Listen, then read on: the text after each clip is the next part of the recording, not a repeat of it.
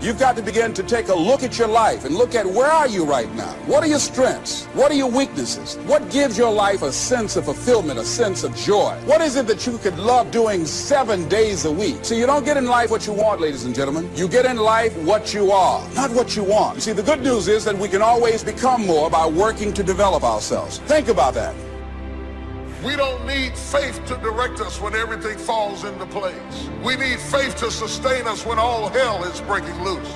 I don't need you to tell me how to act when I get healed. I need to teach me how to survive when I don't get healed. I don't need you to tell me how to shout when I got a new job, a new house, a new car. I got enough sense to be happy when things go right, but teach me how to be happy when all hell is breaking loose. Things are getting bad instead of better. Teach me how to stand when it's raining down on my face, and tell me how to keep trusting God when he says no.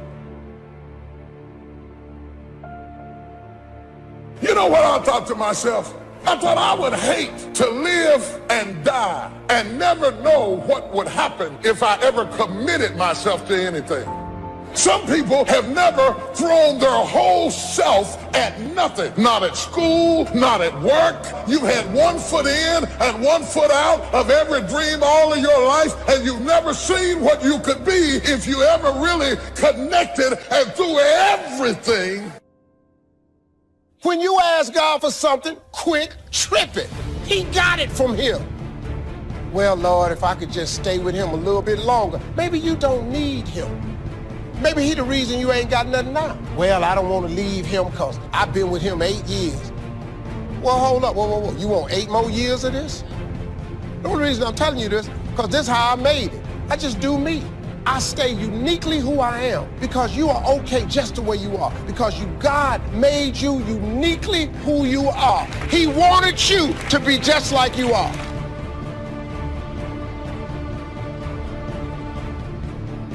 And to the positive, once you get that mentality, you can listen at a person talk a few minutes and either it feeds you or it doesn't. And you learn sooner or later that things that don't feed you, you don't spend time fooling with it, because it is counterproductive to where you're trying to go. You don't argue with people. You stop arguing with people. You just move aside and go on in your own direction because you finally got it on the right road, and you don't want anything to blow you off course. And now that you've got your focus, you want to be able to maintain your focus and keep moving forward. Likewise, failing has the pathology. You can get in around failing people and have failing circumstances and listen at negative talking, and after a while you find yourself unable to get back up again, because not only are you down, but what is worse is your environment is down, and everybody who's talking to you is talking down, and you develop a mentality built around your condition. The greatest enemy of success is the fear of failure. Some people are afraid to pursue their success because they believe they might fail, and so they don't try to do something new. Success is the potential destiny of all created things. Every seed has a tree in it, and the potential success of that tree is in that seed. And that's the way you are. Whatever you were born to do and be is in you now, and the success of your life depends on you becoming all that is trapped inside of you. The third thing about success is important is to define it. What is success? And that is, success is the completion and the fulfillment for your existence. Success is the completion and the successful fulfillment of the purpose for your existence. Success is not making a lot of money. Success is not having a big house with a car by a lake. Success is not having a lot of friends and a lot of accolades and a lot of plaques on the wall. Success is really very, very simple. It's you discovering your purpose and then completing it before you die. Success is not measured by what you've done compared to what others have done. And this is very important, because sometimes we compete with other people, and because we do better than them, we think we are successful. Success is not outwitting or outclassing other people. You can always find somebody less than you, so you think you are successful. Therefore, success should not be measured by what you've done compared to what others have done. Then how do you measure success? Here's how you measure it. Success is measured by what you've done compared to what you should and could have done. Put God First, everything that I have is by the grace of God. Understand that. You owe him a level of commitment beyond all others. God didn't bring you in this world to be average. God didn't bring you in this world to wake up and die one day and just be another person that lived and died and didn't do anything significant in this world. Take ownership. Take extreme ownership. Don't make excuses. Don't blame any other person or any other thing. Don't hide your delicate pride from the truth. Everyone took ownership of their mistakes. Everyone took ownership of the problems. Take ownership of your job, of your future, and take ownership of your life. And lead. Lead yourself and your team and the people in your life. Lead them all to victory. The confident man or woman is someone we all admire. Someone we all want to emulate, and rightly so. Confidence has to do with inspiring trust, which you can only do by having faith in other people. Confidence enables you to walk into a room full of strangers and converse with anyone without fear. It makes the strangers in that room think, here is someone I not only can talk to, here's someone I want to talk to. An ill-at-ease person makes everyone around him ill at ease. Feeling right makes others feel right, and they in turn give back what's inside them, the very confidence that you give out.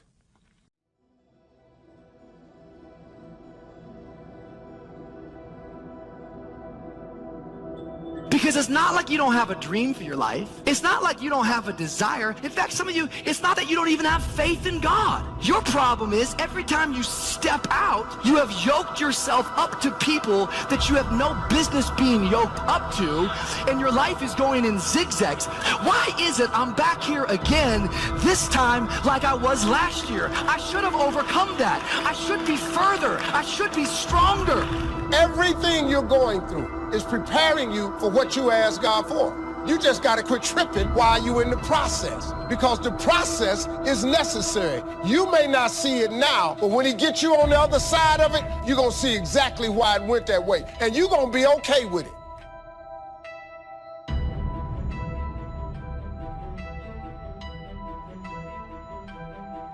Anybody who's not ever willing to risk will never do very much.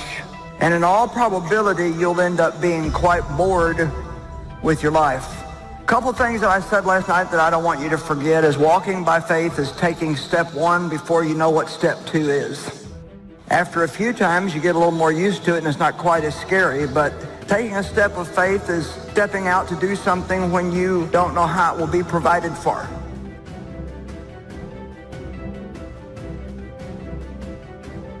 To grow up at all means that you have certain kinds of vital equipment that are necessary to survive in this tough, technical, highly developed world of ours. What are your strong points? They have to be there or you wouldn't have made it this far. Chances are you not only have a personal strength, a gift or talent or real ability that should be a source of pride and give you real confidence, but it's something you take so for granted that you don't realize what it's worth. Your talent and skill is what you take for granted and maybe don't value enough.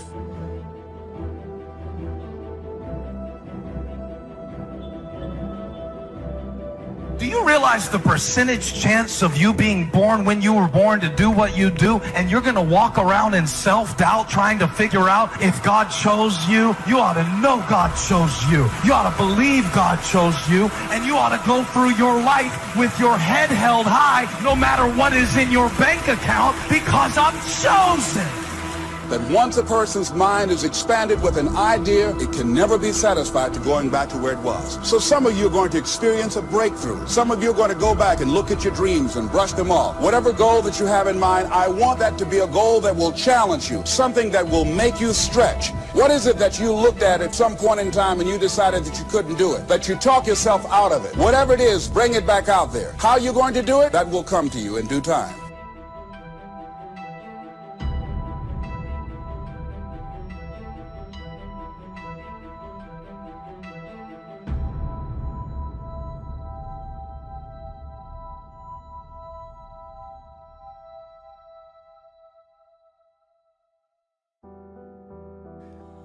confidence is the right note, and other people's confidence is the sympathetic vibration.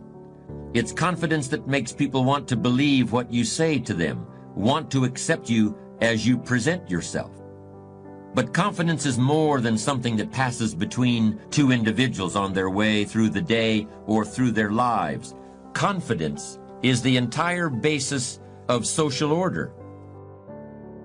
If your friends judge you for being real, they're not true friends. A true friend will accept you for who you are, faults, weaknesses, shortcomings, and all.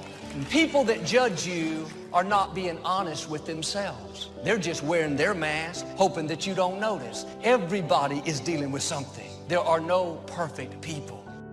But we live in a society that stresses image. It tells us if we don't have it all together, if you don't wear the latest, drive the latest, then you're less than.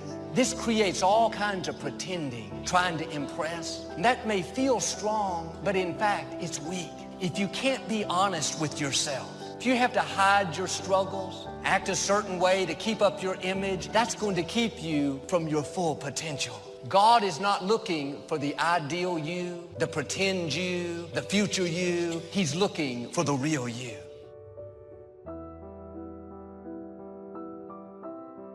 To commit means to put your body and soul into something. To offer your life as a sacrifice means that you're willing to make a bargain with fate. And the bargain is, I'm going to act as if I give it my all, then the best possible thing will happen because of that. And it has to be an act of faith, because how are you going to know? You can look at other people, but that isn't going to do it. It's a decision. That's the covenant, right? It's a decision about how to live in the world, because the evidence can't be there before you make the decision.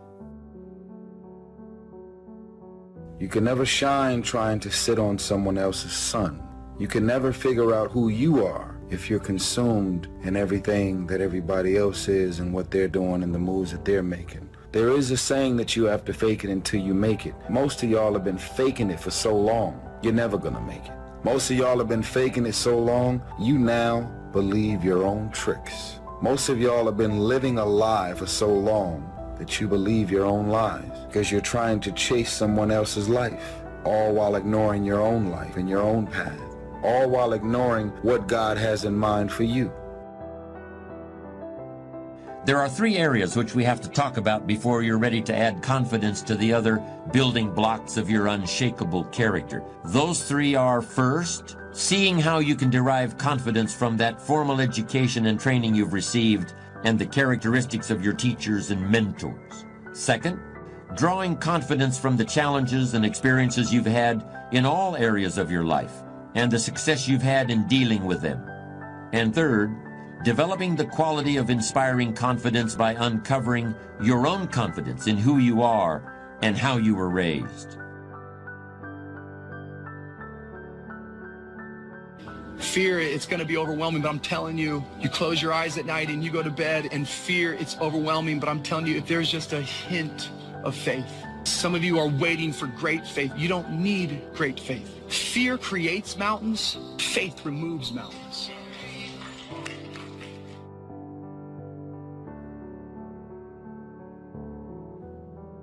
It's not what you are that holds you back. It's what you think that you are not.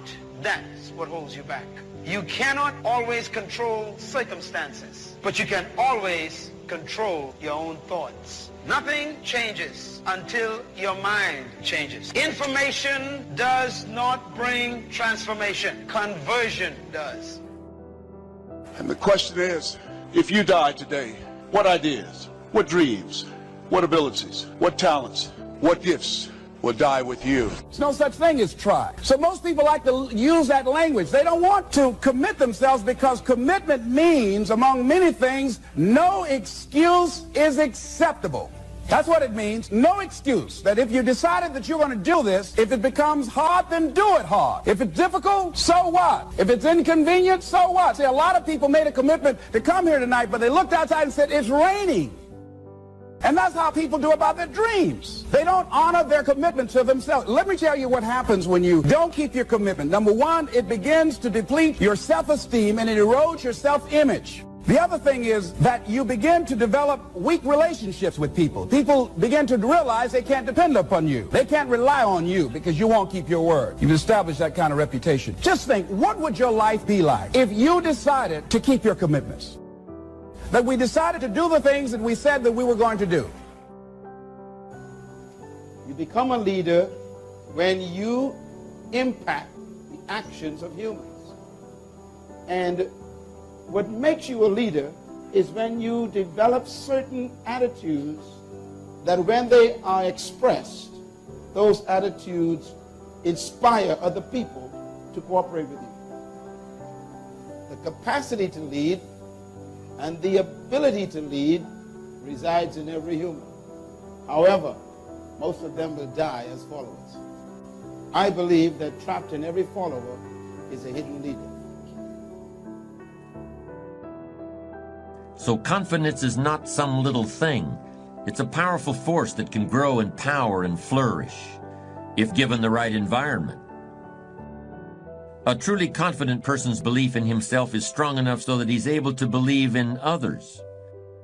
Conversely, distrust in yourself breeds distrust in everyone you meet.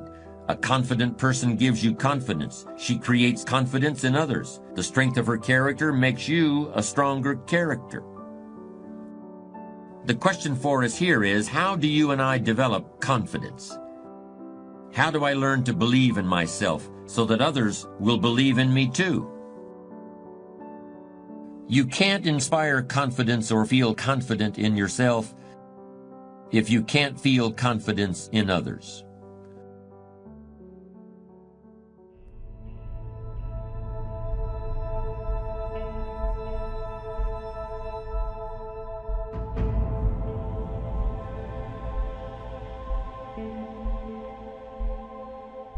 Every decision that you make has consequences, even the smallest decisions. Many of you are not where you're supposed to be, not because you're not gifted. You have absolutely no discipline. There are two kinds of people. There's the type of person who says, I'm going to wait till I feel like it before I do it. And then there's a person who says, I've got to do it so that I feel like it. One will never get anything done because they're still waiting to feel the moment to move. And the other person says, no, I need to move, and then I will begin to feel the moment. We sometimes think that an epic life occurs one sunny Friday afternoon when the stars line up and something revolutionary occurs. A great life is built not by revolution. A great life is built by evolution. Small and steady wins the race. What you do every day is far more important than what you do once every decade. What you do every day is simply your life in miniature. And as you live every single day, so you're crafting your life. What you do over the next hours is really building your future. And if you can just get, and I can just get every single pocket of 24 hours right as best as we humanly can, the rest of our life is going to take care of itself.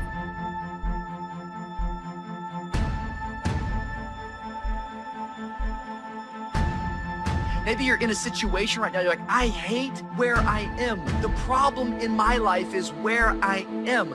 I hate my relationships. I hate the way I feel. I hate where I am. And what begins to happen to us is we start to think the problem is where we are. But your problem is not where you are. Your problem is where are you headed? The truth is, we grow in the difficult times. That's when our character is developed. That's when we discover talent, confidence, courage that we didn't even know we had.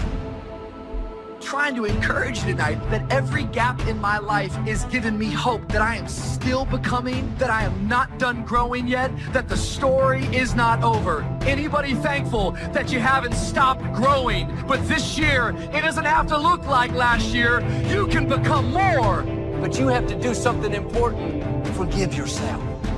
Quit dwelling on everything you've done wrong. Quit replaying your failures. Quit reliving your mistakes. Devote yourself to something bigger. Be decisive about what you're going to do. Say, I'm going to do it, and that's it. And then be disciplined about getting it done every single day, whether you feel like it or not.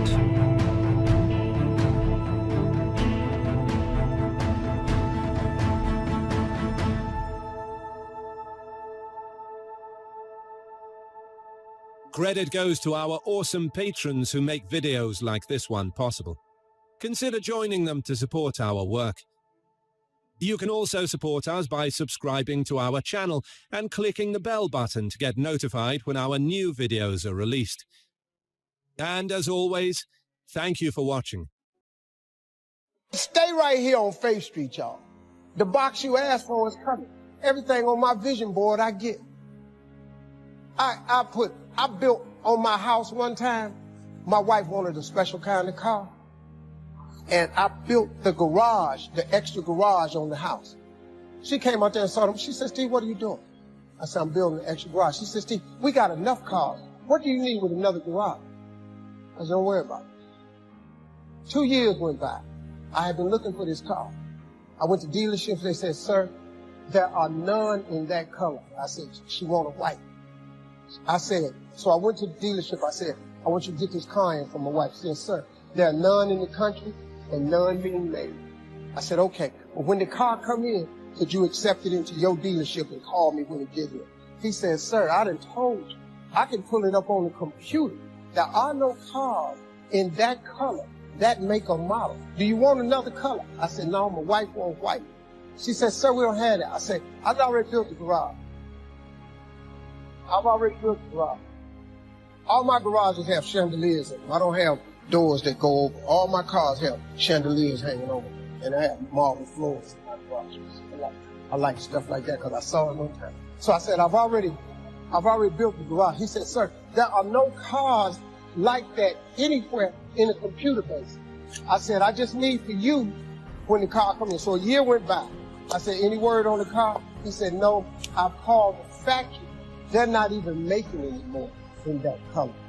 I said, okay, I'm looking for this color right here. He said, sir, we don't have it. I said, I'm gonna give it to her for her birthday, October 10th, 2016. He said, sir, that's impossible. I said, no, it's not. No, it's not. It's just a car that I'm asking for in a particular color. How that's impossible? He said, sir, I can't find the car. I ain't asked you to. I asked you when it come through, would you accept it into your dealership and call me? That's all I asked you for. 2 weeks before my wife's birthday, I got a phone call. It was Perillo from Gold Coast in Chicago. He said, Steve Harvey. He said, are you sitting down? I said, no, I'm standing up. What's that? He said, you're not going to believe this. A guy bought a car a year ago. It's been sitting in his garage. It has 8 miles on it. He brought it to me to turn in to me and ask him, how much would I give him for? I said, what is it? He said, it's the white car you've been looking for. I said, I'll be up there to get it. He said, this is unbelievable. I said, that God I serve, he's an unbelievable God. I don't listen to what nobody tell me. Once I write it down, I write the vision and make it plain, it will come. Surely it will come at an appointed time. It doesn't matter that nobody sees it. It doesn't matter that it's visible to other people. All you got to do is write it down and believe it. God is greatness, man, all day long. What he's done for me, he'll do the same thing for you. But you got to write the vision. Go home and read Habakkuk 2:2. Go home and read Bible verse Habakkuk 2:2. I'm going to give you the 2 scriptures that changed my entire life. Now, I had heard these scriptures growing up, but it didn't sit with me until I was homeless. The first scripture, you have not because you ask not. Now listen to me. I cannot tell you how important that single scripture is. A lot of the problems I was having, and you may be having just like me, is because what I was asking God for was the wrong stuff. I kept going to him too small. I was praying for stuff that really didn't need that much of a prayer. Lord, help me make my rent. Well, don't he always? Don't you always get your rent? What about if you change that? Suppose you said, Lord, help me make my mortgage. You think God don't know you ain't got the down payment? You really think God don't know you need another job? He know all of that. But if you don't ask him for it, he can't. God don't give you what you want. He give you what you believe. See, you've been blowing it. If you up your ass, he ups his gill. That's his promise. You have not, cause you ask not. Lord, help me fix my car so I can make it to work. Stop praying over these raggedy cars. Why don't you ask God for a car that don't need fixing? Oh, you think that's too big for him? Is that it? So you don't ask this great God for big stuff because you don't see how you can get it. You're not supposed to see how you can get it. You're just supposed to ask him for it. See, the how-to is none of your business. You keep getting in the way of the blessing because you all up in the how-to part of it. Show me the scripture where he tells you to figure out how to do anything. He don't ask you to how-to nothing. You have not because you ask not. Second, you don't have it written down. Everything you're asking God for, it has to be written down. This is not a theory. This is another scripture. I'm going to give it to you. It's in your Bible.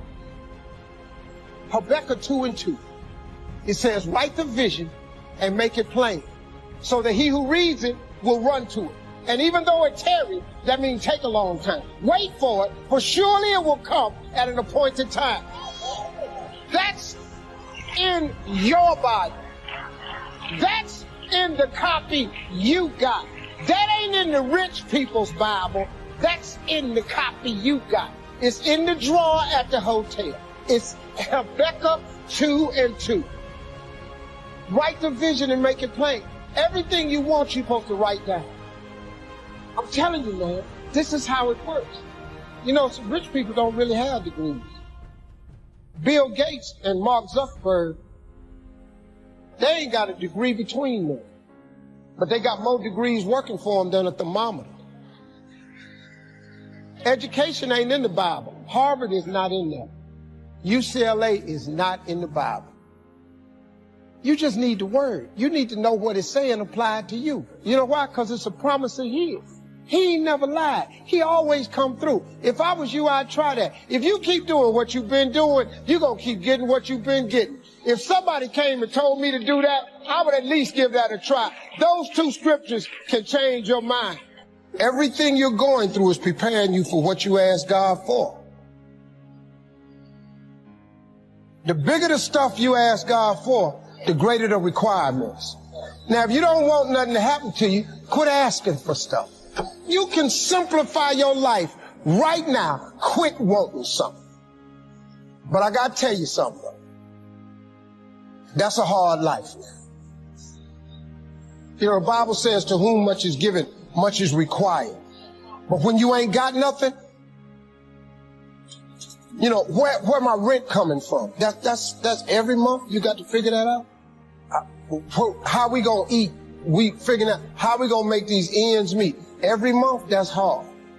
So I've been at every economic level there is. I've been stark raving poor, and I've been well off. It's way better to have money. Don't let nobody fool you. I don't know what somebody done told you about money, but I've had none for an extended period of time. I mean, none. Now, you got some problems with money that you can't imagine. When you get it, you gonna have. It ain't a week go by, I don't get 2 to 3 pieces of bad news. But you know what I do? I take all that bad news with the knowledge that God must have something else for me. I live my life in expectation. Therefore, guess what? He gives me what I expect. I expect a life of abundance. You think they take this show from under me? You think I'm finna crumble? Don't even worry about Steve Harvey. Don't you know he got something else for me?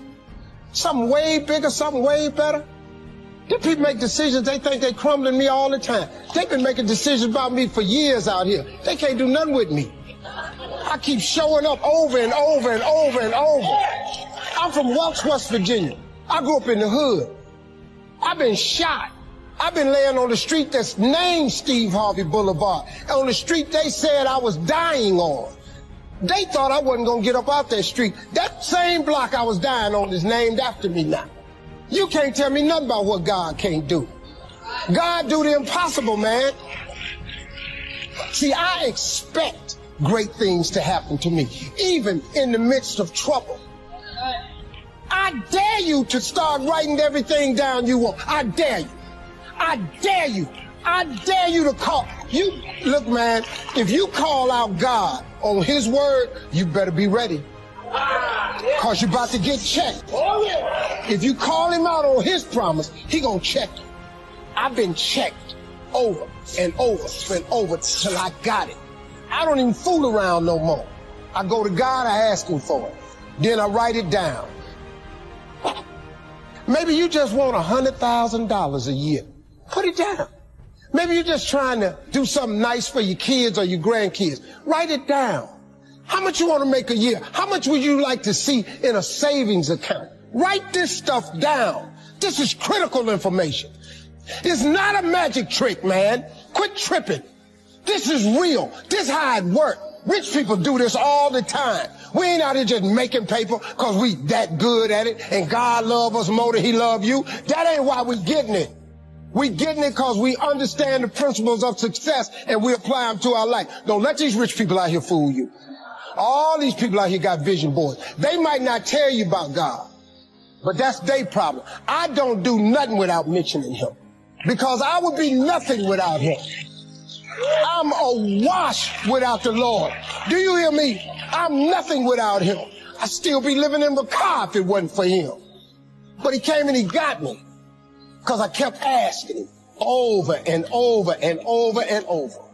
I dare you to go home and call him on his word.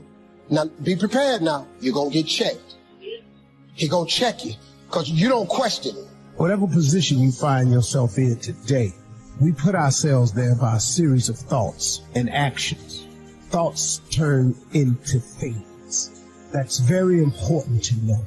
So let's look at both sides of it. For people who think negative thoughts, it turns into negative things. And the direct opposite is true for those who think positive thoughts. It turns into positive things. That's the deal. It's as simple as that, folks.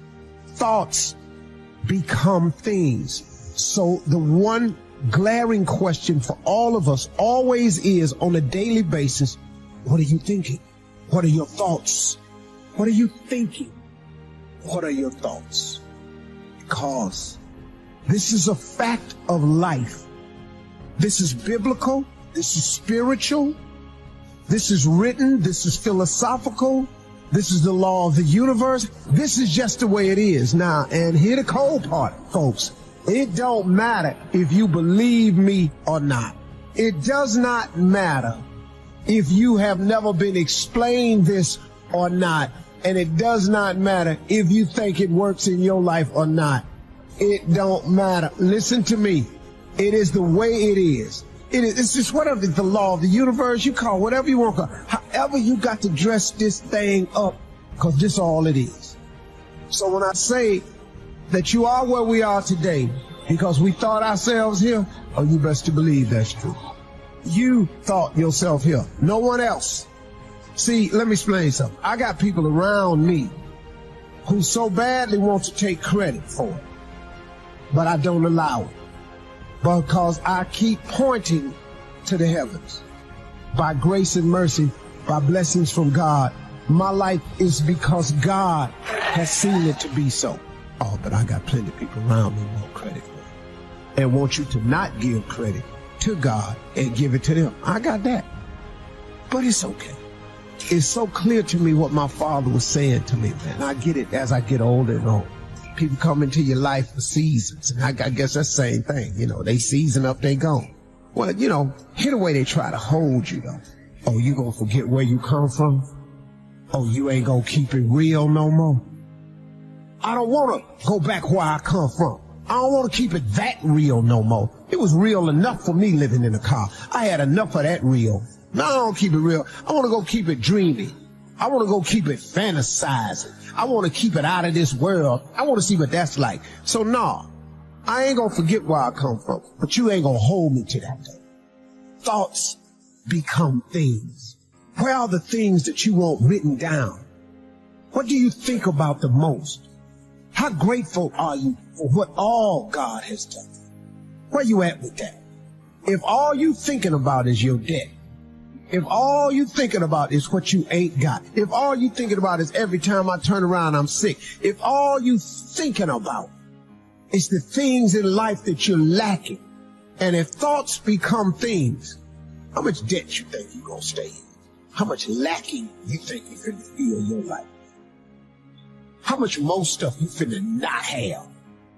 Cause you keep thinking about it all the time. When you gonna be grateful? When you gonna say thank you? When it's gonna come out your mouth, man, that I may not be where I wanna be, but I sure am grateful for what you've given me so far, for the things I have today, because I don't have to have these things. You know what that does? That then opens up room for more stuff to come your way to be grateful for. If you're ungrateful for the things we got, if we can't show no gratitude for what we have, why would God give us some more stuff to be ungrateful for? What would he do that for?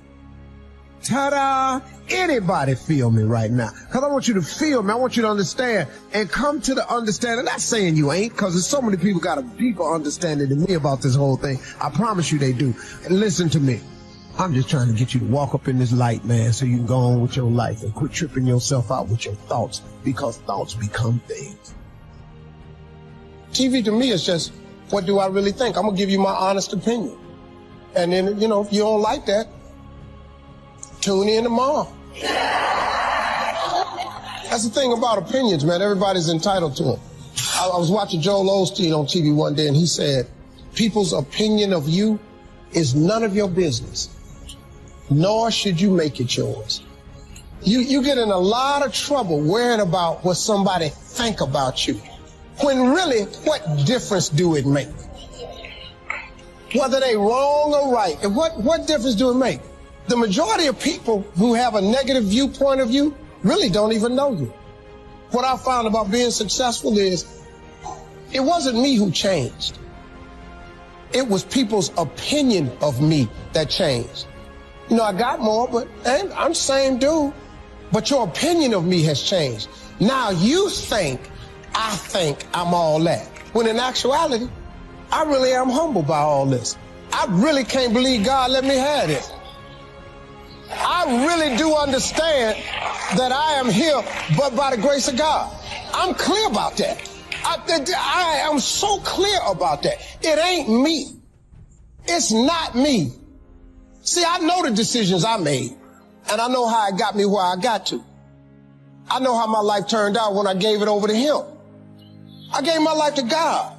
Now, I may not be the Christian you think I ought to be, but once again, your opinion of me, it doesn't matter to me. I've just learned not to allow people opinion of me to bother me or stop me. Publicly, man, I've been ridiculed and ate alive on that internet. You this, he think he this, I can't stand him. He this, he that. You know, I've been everything on the internet. I don't care. When you get through reading that stuff, cut your TV on. Turn it to almost any channel you want to. 7 days a week. The little dude that you keep hating on, that God I serve, he ain't hated me yet. He ain't hated me not now time. And I've discovered something. Look, man, what God got for you, nobody, no hater, no employer, no co-worker can stop nothing God has for you.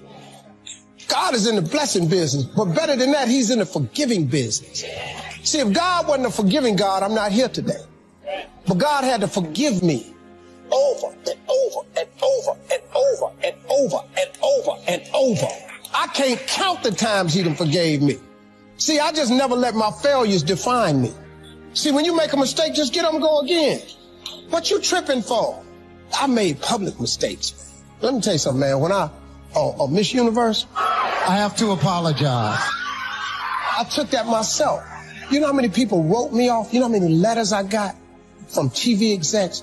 We're proud of you for doing the right thing, but oh my God, a horrible mistake. I hope you're gonna be okay. You hope I'm gonna be, what, my career over cause of that? People wrote me off. You know what, I just got up. I kept coming to work. I just kept coming. I kept showing up. Because eventually, well, what you gonna do? The time has come. You know, my father used to always tell me something. You're gonna either get over it or die mad. You got two choices. You can get past it or you can die mad. Now, if you want to die mad, carry your ass on. And just die mad. But God forgave me, so I got up and I kept going. Your mistakes don't define you. Life is 10% what happened to you, is 90% what you do about it. I just stood up like I had some dignity. And I just kept performing, kept telling jokes, kept entertaining people. To the point now where it don't even matter. That pageant is the biggest pageant they've ever had. Everybody tune in and see who the f*** I'm gonna say this year.